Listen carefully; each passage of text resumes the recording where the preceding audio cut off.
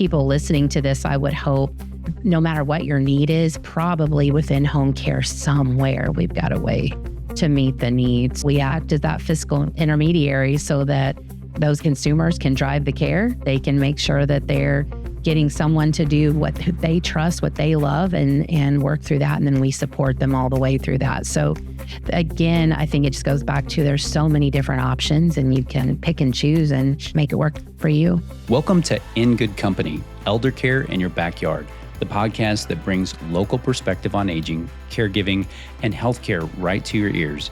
I'm John Ray. And I'm Spencer Ernst. Every week, we talk with the people on the front lines, all making elder care accessible to you. Welcome to In Good Company, the Elder Care podcast, where we focus in on everything elder care.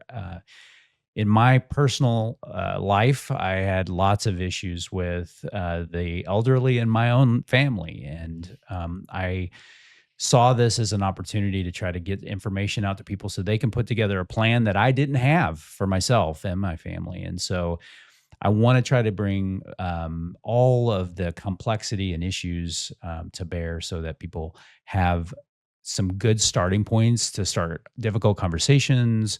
And again, putting things in place that are going to help protect someone's wellness, advocate for people, and protect their assets.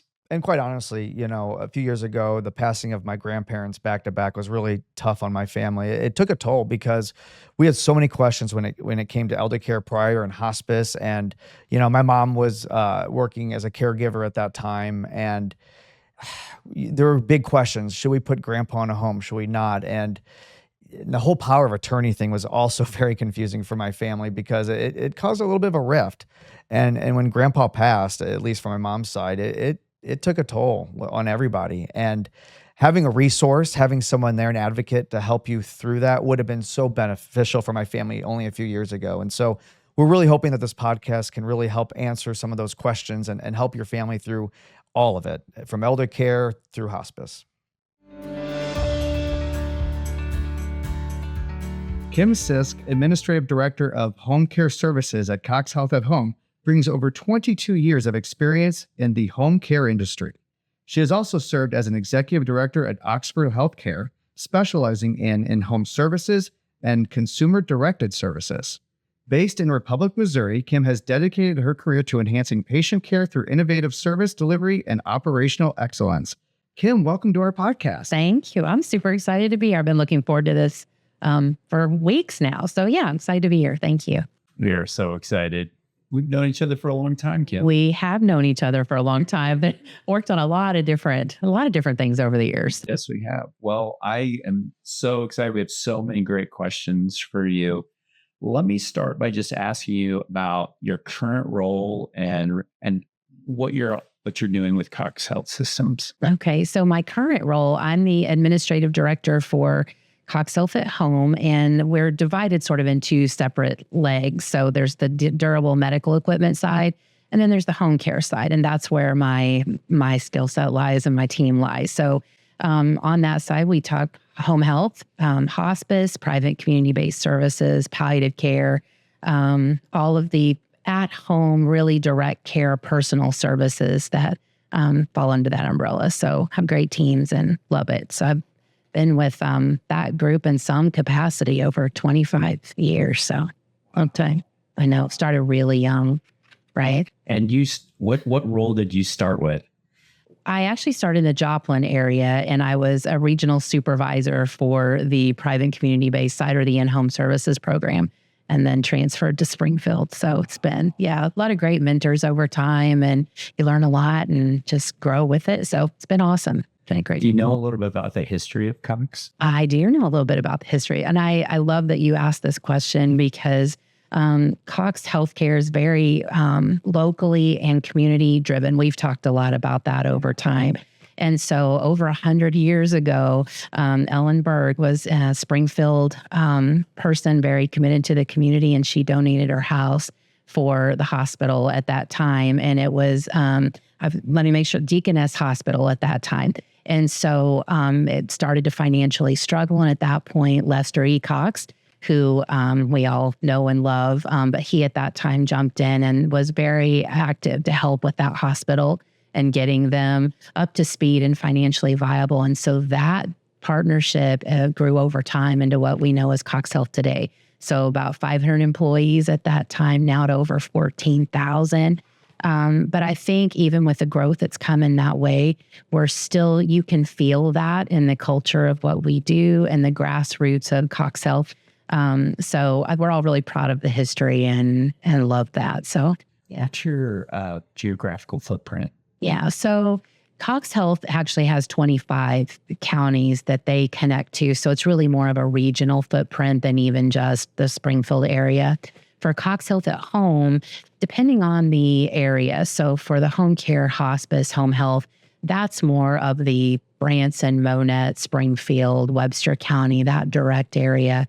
But then when you start talking about DME, for example, they're wherever we need to go within that area, home infusion.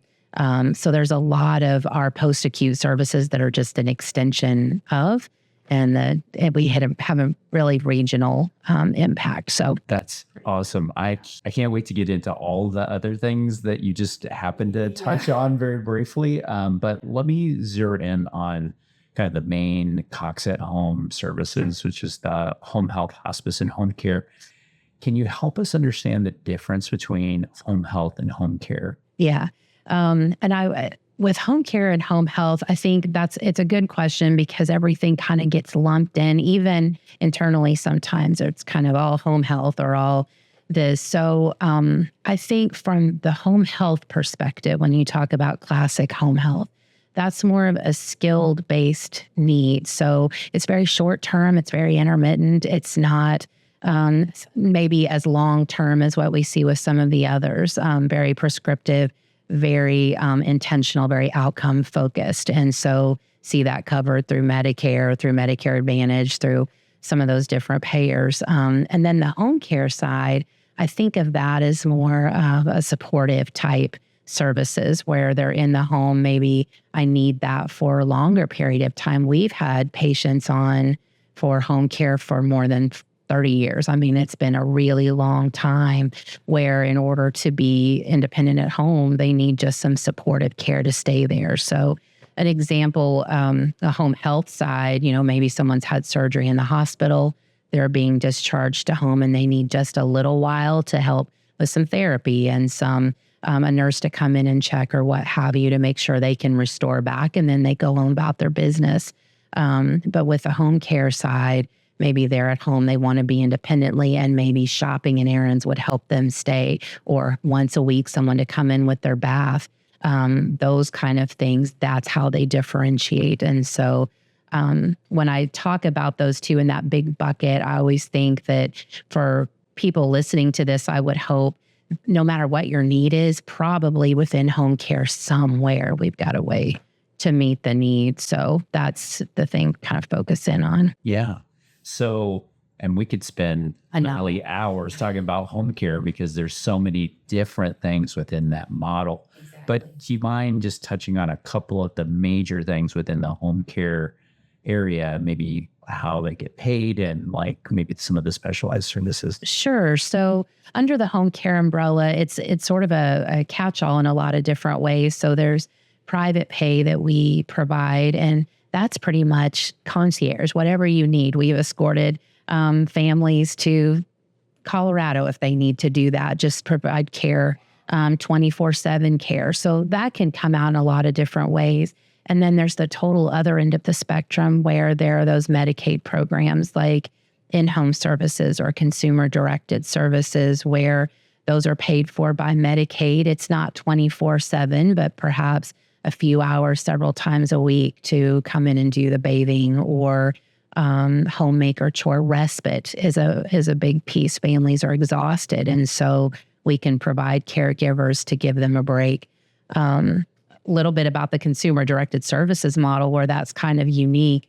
Family members, we act as that fiscal intermediary so that those consumers can drive the care. They can make sure that they're getting someone to do what they trust, what they love, and work through that. And then we support them all the way through that. So again, I think it just goes back to there's so many different options and you can pick and choose and make it work for you. Yeah. And when you say fiscal intermediary, you mean Medicaid, right? Yes. Yeah. Yes. Medicaid. Yeah. Yeah. Very good. So back to home health.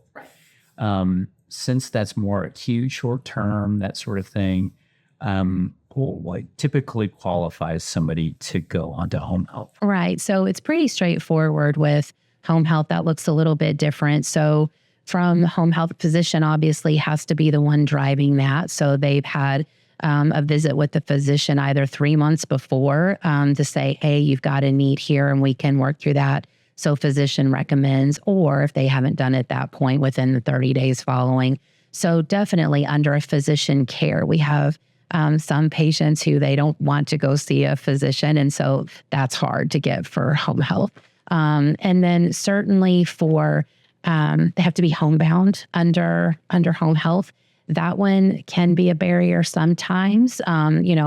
I'm wanting to go out and run around, still go to my job and do all those things, but I'm still recovering. That probably won't be a good match for me. But home health, where it's really taxing for me to get to my car to go somewhere, or I want to go to church and I just can't. I can't even get to my car without being taxed and out of breath. That's what they're looking for with that homebound piece. And then, of course, it has to be provided by a certified home health agency. So I think those are the primary ones there. Yeah, it's different than hospice in the way the homebound part of it is different than hospice, because in hospice, they don't have a homebound requirement, right? Right. Correct. And they don't always on those other home care services that we were talking about either. Those people, it's a little bit different requirements depending on the payer and what the program is and what have you. So people hear homebound and they think they're literally tied to their home, and they don't know that there's exceptions of things that they allow. Or what are a couple of those exceptions? Yeah. So if you want to go to church, I mentioned that a little bit earlier, that is an exception. So there's certainly an allowance for that.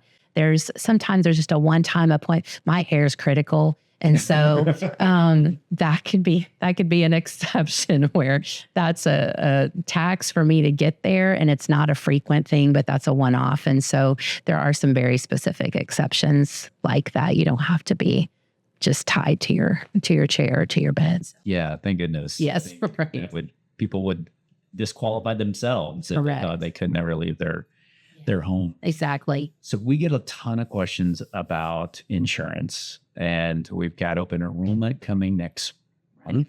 And so one of the things that we like to try to help people understand is the different types of insurance, especially under home health, since that's really primarily what we're talking about.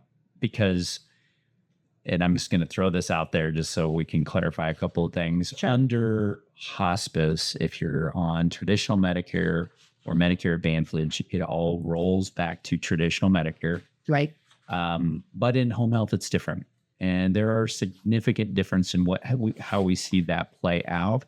And so what do you see, or maybe some of the differences between those two? Yeah, I think that's a really important question with how we're talking today. It is extremely complicated. And as families and even individuals are going in to evaluate, there's so many factors that you have to consider. We get a lot of questions along the same line, which is the best for me, or what's the best product, or and there's no cookie cutter answer with that. It really depends on what it is that your circumstance, where you are in your healthcare journey, where you are in your disease prognosis, what your budget looks like, how often do you travel. All those kind of things can really be differentiators, which works. But some things, certainly provider choice is something that we see as a basic. Medicare, that's nationwide. So there's certainly physicians and that sort of thing. There's a little more freedom there. When we look at Medicare Advantage plans, those are usually a little more locked in terms of a network. And so that can be choice limited. For some people, that's fine.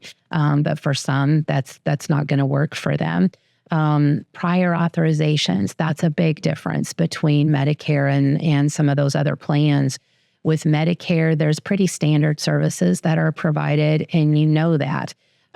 with the Medicare Advantage and or some of those others, there's a sort of a gate that you have to get past or permission before those services are provided. And I had an example. My mom actually had surgery not too long ago.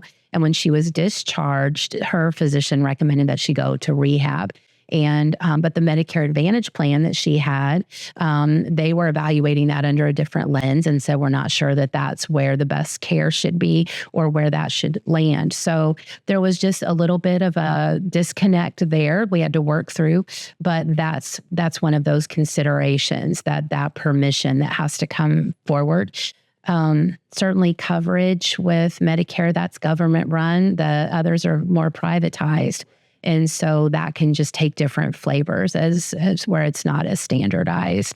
There's the co-pays. And then, of course, we talked just a little bit about the travel piece, but those are just a few high level differences between the plans. You may have some additional things to add to that, but. Yeah, on our side, we do see the authorization part of it, and we do see some limiting of services. That seems to happen quite a bit on the Medicare Advantage side versus the traditional Medicare. But cost does play a big factor for people. And that's why I think sometimes those are difficult choices to make. And they often are like, well, which is the best plan? Which is and that's a tricky one to walk. But if somebody's wanting to go to any doctor, they're not wanting to deal with, hidden charges, so to speak, or they're, wanting to not worry about delays in care or denials of care as much. Traditional Medicare kind of has a little bit better track record, but that doesn't mean that there aren't great Medicare Advantage plans out there for everyone. Exactly. And I think you mentioned open enrollment, and I think that's a really critical piece, that there's so much to know with all of this. Senior age, for example, locally in our community, if there's questions about that, connect with somebody who can take the time to really walk through those plans, make sure what are those goals of care? What is it that you need to accomplish? What does your budget look like? Where are you in that healthcare journey? And let someone help you navigate that, because there is a lot to know. And there's just no cookie cutter stamp. Here's the right thing to do. Yeah. And thanks for mentioning senior age. We had Mark Applegate on recently, and he's just a phenomenal resource, but he mentioned so many other additional resources on top of everything that, agencies like ours do, that I just think, they're just a great resource, period. Absolutely. They're in it for the right reason. Yeah, I will sing their praises all day long. Yes, for sure. Let me shift back to CoxHealth system as a whole, and maybe Cox at Home. You have a whole host of ways of supporting people beyond just home health, hospice, and home care that you bring to bear in order to make sure that you can help somebody age in place. Can you get into some of the detail of, if you have a little more complicated patient, what things you guys can do? Yeah. So I love that question for a couple of different reasons. One, that obviously kind of back to what I mentioned earlier, that if there's a need, chances are we can take care of it somewhere across the system. So there's a lot of different options there. Certainly from the hospital side, just things for surgical procedures and primary care, all of the things. We do the whole gamut there, and that's continually expanding. So I love that. And from a home care perspective, what I love is the ability to layer and bob in and out of care as the time changes. None of us, our healthcare journey is not static. It changes and it moves. Sometimes it's one step forward, two steps back. Sometimes today you're feeling great, tomorrow you're not. And so I think about even my dad in that perspective and the way that we used home care services as a whole. And so if you don't mind, I'd like to, because I think that maybe highlights that and brings it to life. But what he passed a few years ago, but had cardiac concerns. He had surgeries, those sort of things. And initially, home health was fantastic. That's what we needed. He had those very short kind of episodic issues. He would go home. We would bring in home health. They would get him stabilized, and then back you would go. So that was perfect for a long time. But then as that progressed, he started to fall. And so we were able to then add in a technology for Lifeline to make sure that my mom wasn't there, then someone was able to at least know and be notified. So that was a layer pulled in there. We bobbed back and forth with home health some as things came about. He needed a CPAP. He needed a walker. He needed all the things. And so the durable medical equipment side was able to be tapped in to keep him independent and meet those needs. Little more with home health. Then we pulled in palliative care.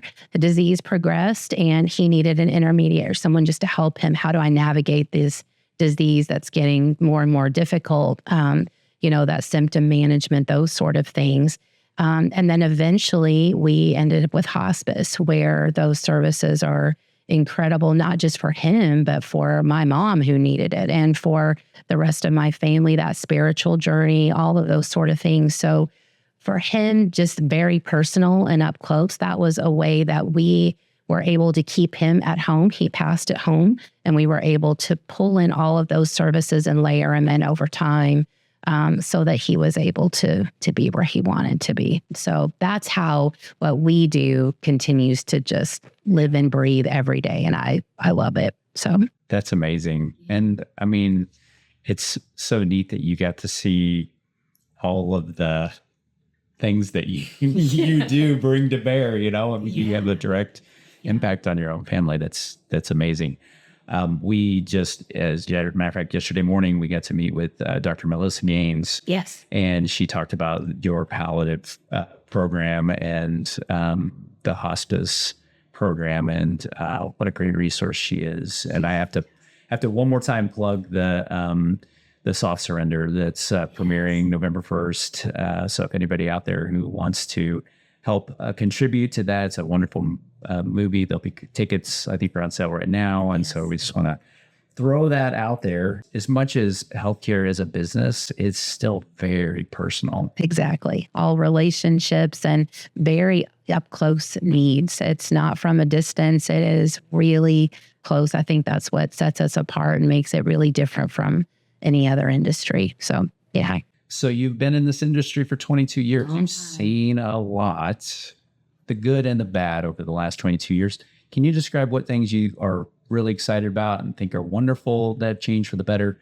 Anything you might think is kind of going the wrong direction, perhaps you'd like to see change? Yeah.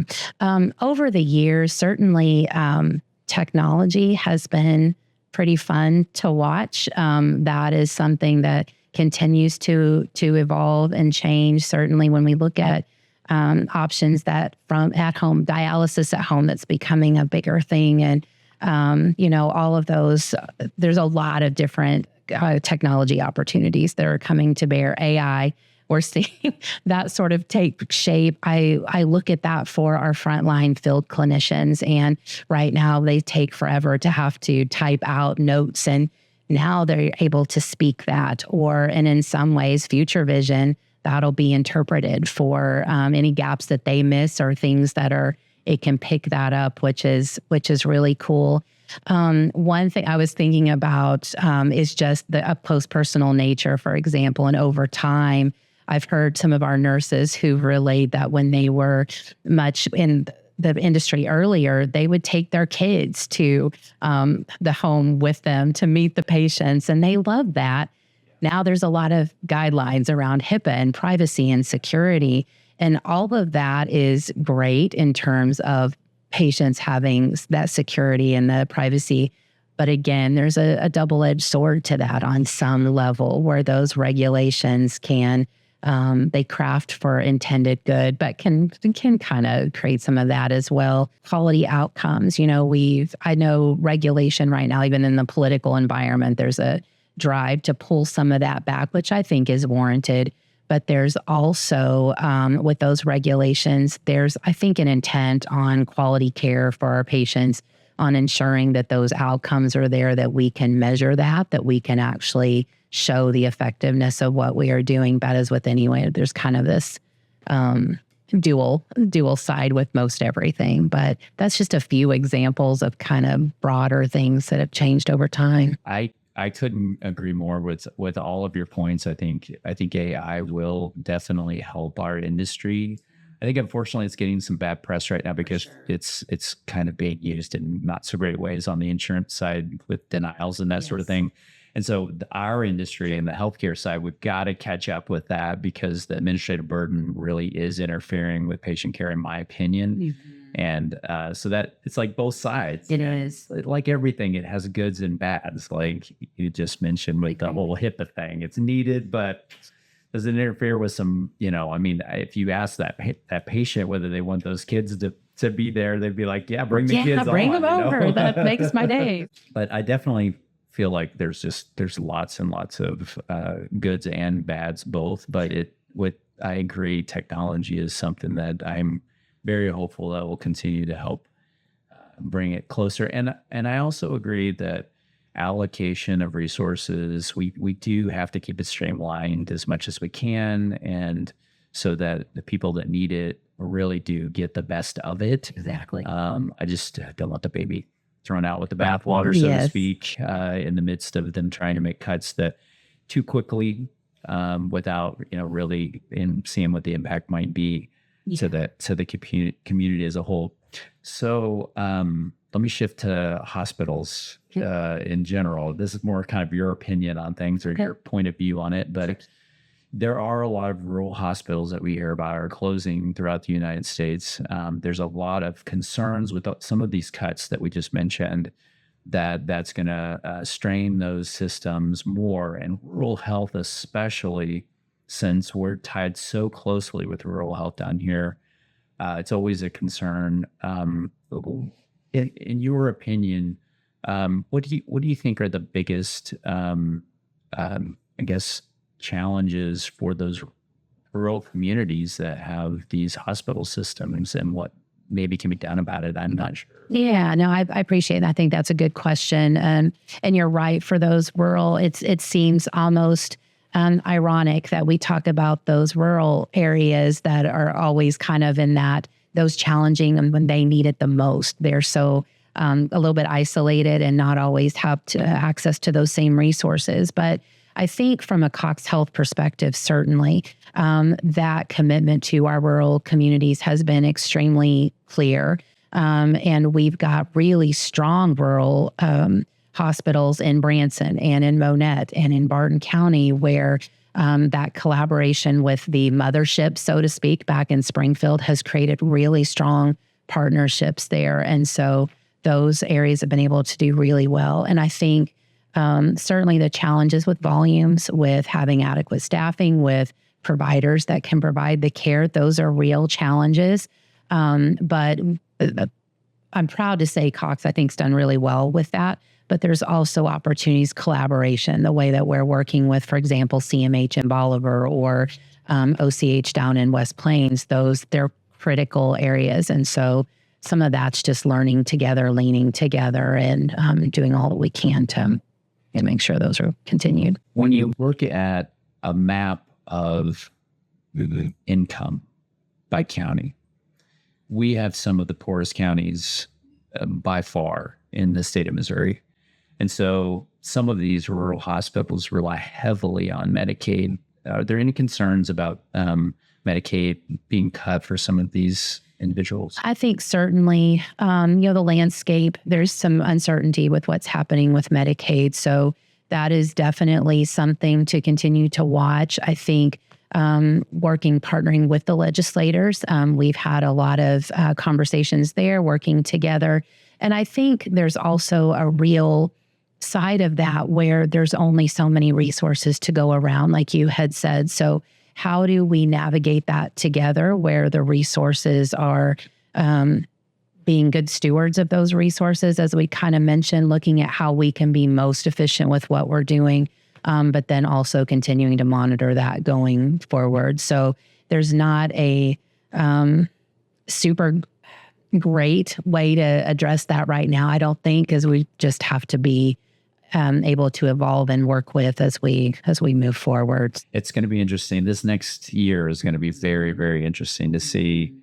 So you have to lead a lot of teams, and You do an amazing job. I've met some of your team, and that they're incredible people. How do you balance the compassion with the efficiency of, because I mean, it's a business like you just like any other business, we have to stay as efficient as we can. Yep, that's a challenge for sure. And I think kind of to your point about the team members, first of all, is hiring for right people, right spot. They do amazing work, and that compassion has to be there first. We can teach all the other things, but that's the core. And typically, if we're trying to do the right thing, the right time by patients, the rest kind of falls in line for the most part.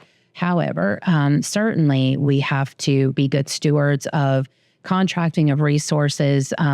With rates that we're looking at supplies, are we doing that in the most proper way, getting good supplies for patients, but also making sure those costs are where we need them to be? We look at certainly at the resources that we're giving to our employees. For example, I'd mentioned the AI and how they're able to be as efficient as they possibly can when they're going in, and that gives them their time back as well. Good metrics. We watch all kinds of metrics to, where is that, trying to manage by numbers to just not off field. There's been opportunities or times where I guess that's your heart kind of drives and you have to back up. Okay, let's just look at how are we actually operating within that. So it is a balance though, and it's trying to make the best decisions that we can based on what we know and what we see coming and the resources that we do have. So one of the ones that have been really come to light most recently is the work being done with the Alliance. And you and I have talked about that before as well. But that ensuring the career and pipeline for future healthcare also, that's part of that vision, and being good stewards while making sure that we can continue into the future. So they've done a great job of partnering within the community with Springfield Public Schools and with MSU and OTC and Evangel, and the list keeps growing to create good pathways and partnership for those students to be able to have that path forward. So that's really exciting. We're seeing partnership with pediatrics to bring that to our region in a whole different way. Right now, there's a gap there. And so being able to work through that, and how do we make sure that those families who need it most are able to access those services here. And so that's been definitely community driven.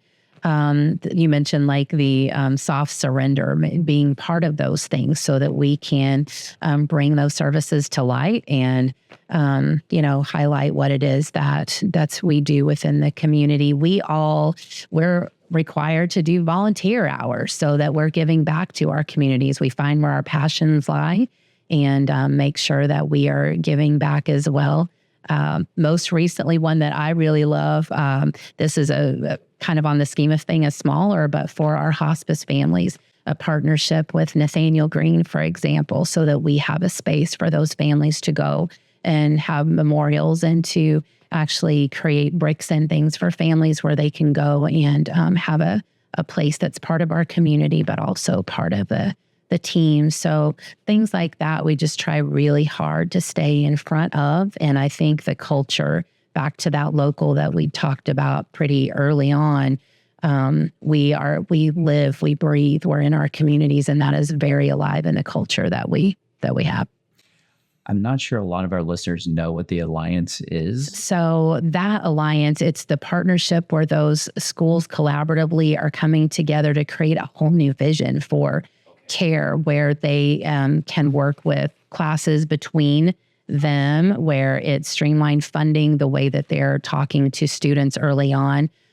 So my daughter, for example, she started out at OTC. She wants to do radiography. So now some of her classes are with MSU, and then she'll circle back to OTC as well. So it's just this really different partnership. Okay. So the Missouri Alliance for Care at Home, yes, I am on the board for that. So, and that's an agency that advocates legislatively for through the National Alliance for Home Care. They're part of that as well, where agencies across the state sort of partner together. What are concerns? How do we work together to bring insight to initiatives? How do we educate each other?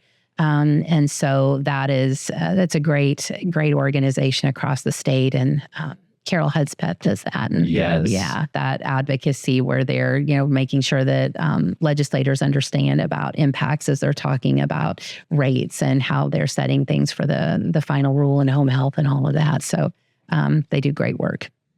So I'm sure in your role within your family, you're like the expert, everything healthcare, right? And they probably come to you and ask you a lot of questions. What are some of the things that you give advice to your own family?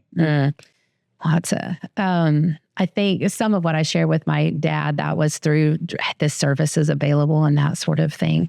I try really hard not to, and this is probably okay or not okay, I don't really push our services specifically. I push, know what your options are and do what is good for you. Because for every family, you may have a connection.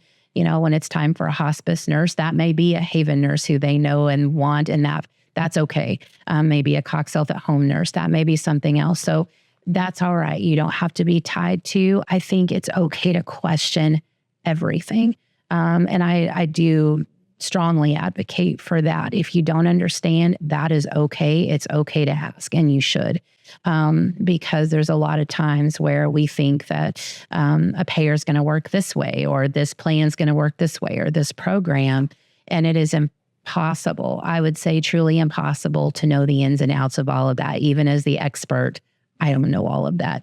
You may, but I don't. But I definitely don't. Yeah. So it's just highly complicated. So I think it's okay to slow it down and ask. That's probably the biggest advice that I give. For sure. That's great advice.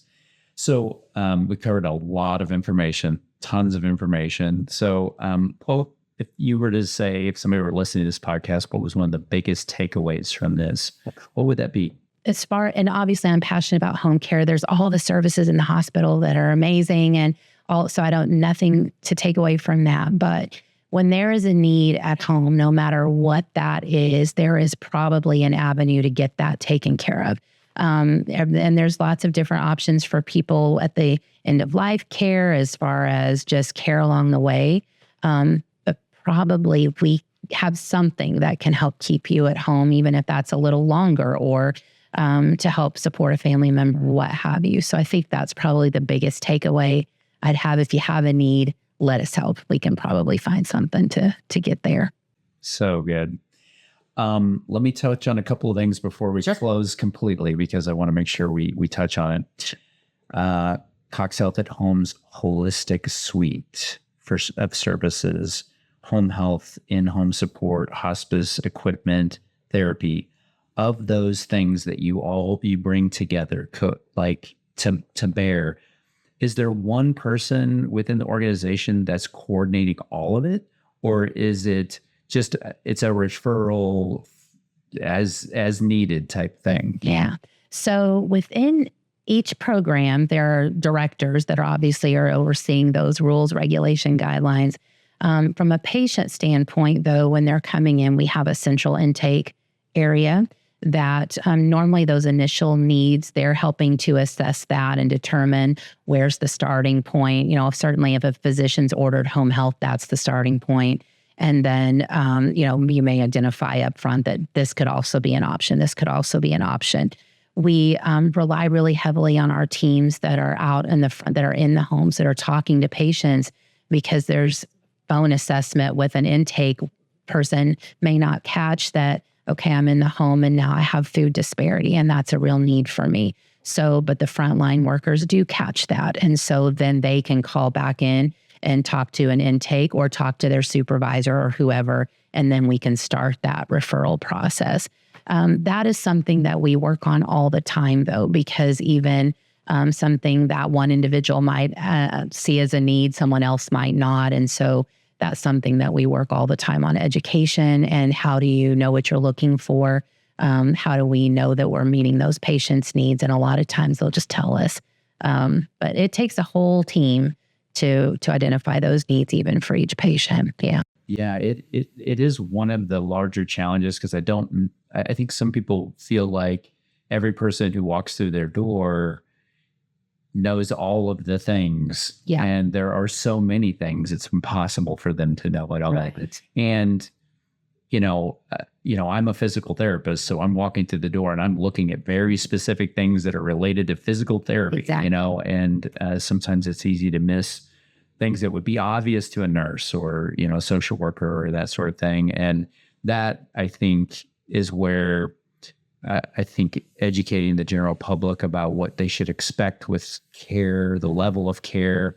And this is kind of going off a little bit in a different direction, but, one of the things that we're really trying to educate people on is what should they expect? And, and it seems almost granular to get into the weeds too much, but like how long a visit should be if they're being seen by someone in home health or hospice, for instance. And I know it varies a lot, but there's kind of basics that, are kind of every agency should do, every hospice should do, every, fill in the blank.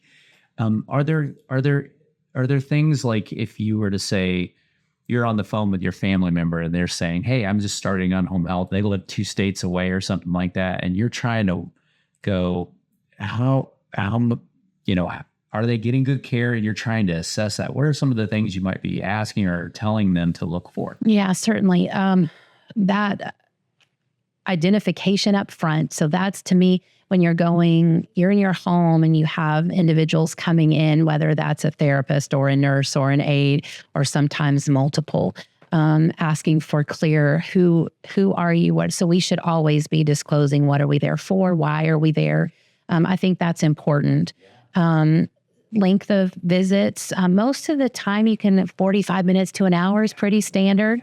If somebody's in and out in 10 minutes, there could be some flags there. Let them know what that looks like.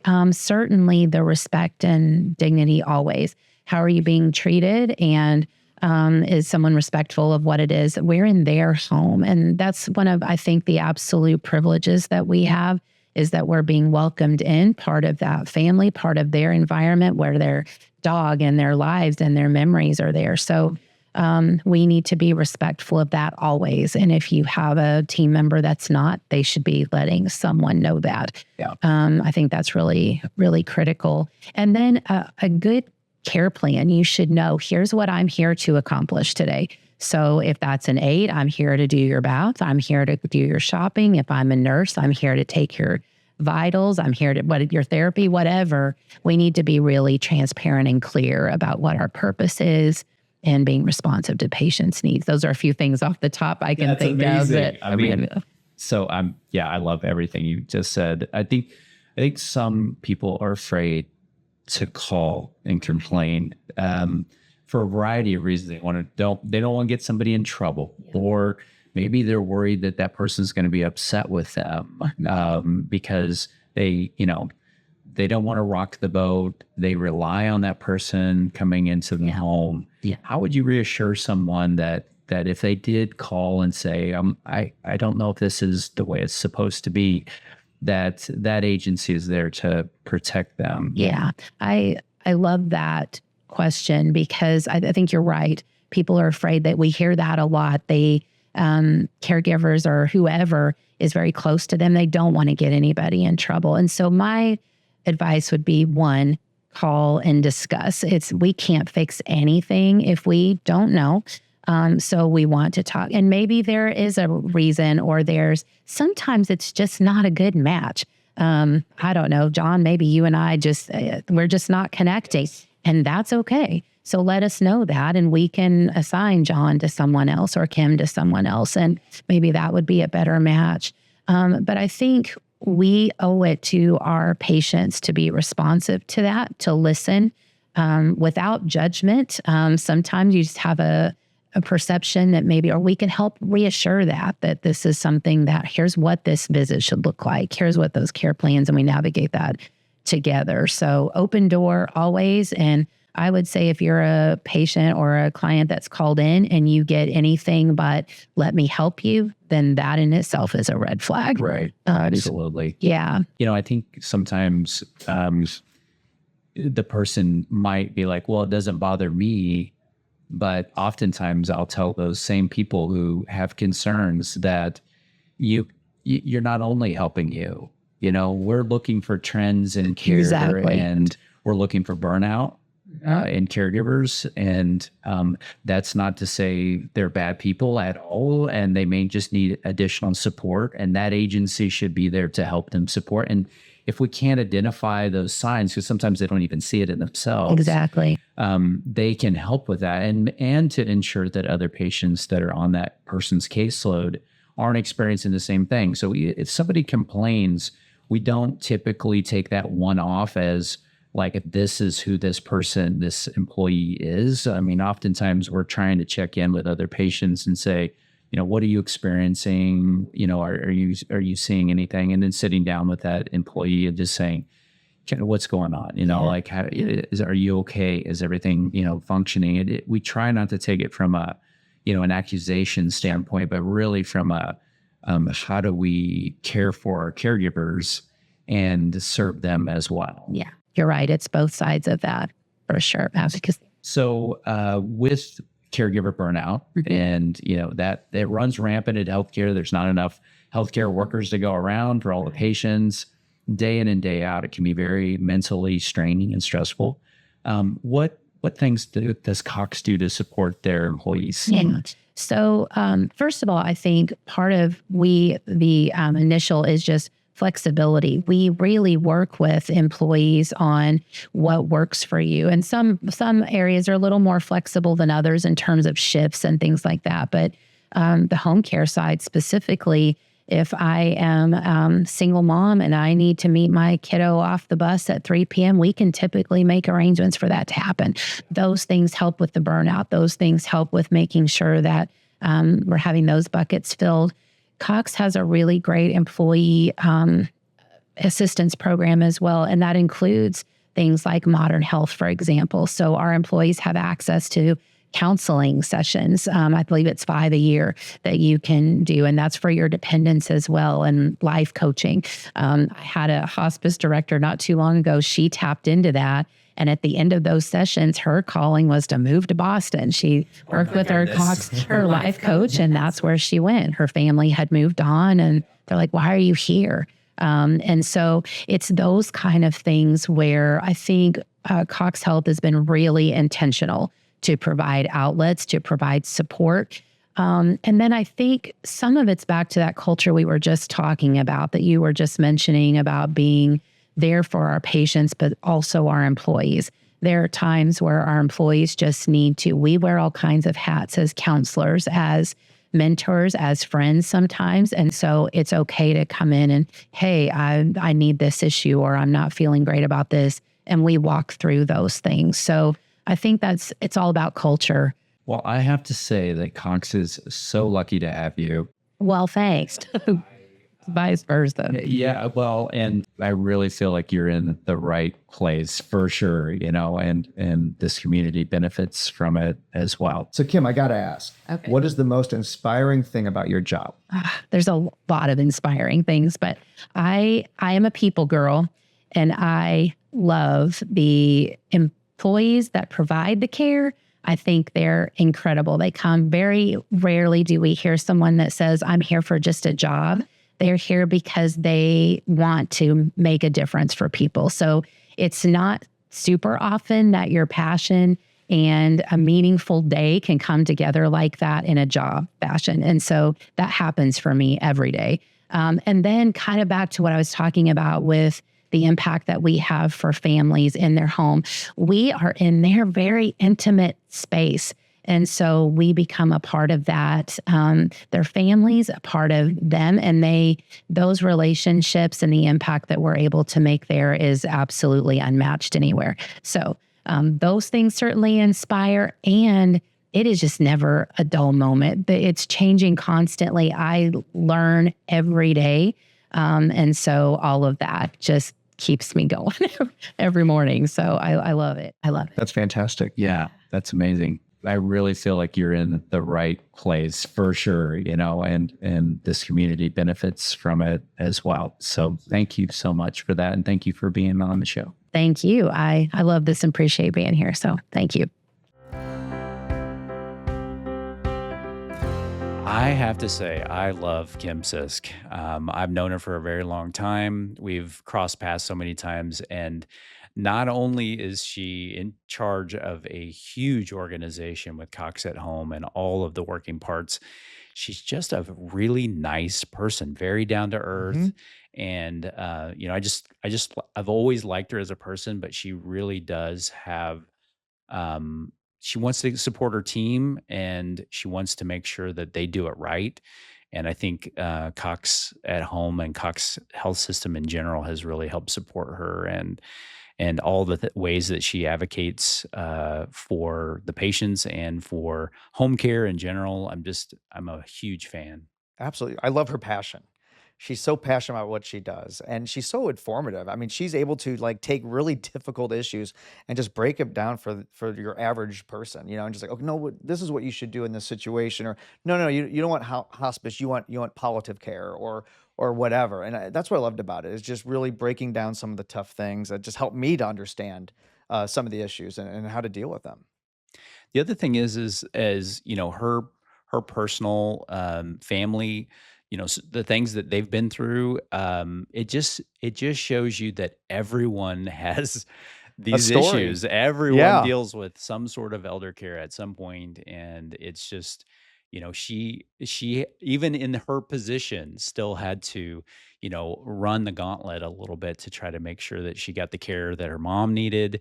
And all of these services come to bear for her dad. And I love to see, how that the business of healthcare actually helps the personal of your life. And I think understanding all of these services are out there. I think it'll really help families, and just really making sure that they understand that even as things unfold, sometimes they don't unfold the way we want them to, and that families really can advocate to get the best care. And I'm really glad that Kim's in the position that she's in to make sure that this community has great services. Absolutely. We got to have her back, because she just has so much knowledge, and she just makes everything so much easier to understand. Absolutely. If you enjoyed today's conversation, make sure to like and subscribe so you never miss an episode. And we'd love to stay connected. Follow us on YouTube, Facebook, and on Instagram at In Good Company Elder Care Podcast. You can also find us on X, formerly known as Twitter, at IGC Pod, and on TikTok at IGC Elder Care Podcast. Thanks for tuning in to In Good Company Elder Care in Your Backyard. I'm John Ray, and I've been joined by my amazing co-host, Spencer Ernst. Special thanks to our executive producer, Alex Wallace, for helping bring this show to life. Until next time, take care, and remember, you are always in good company.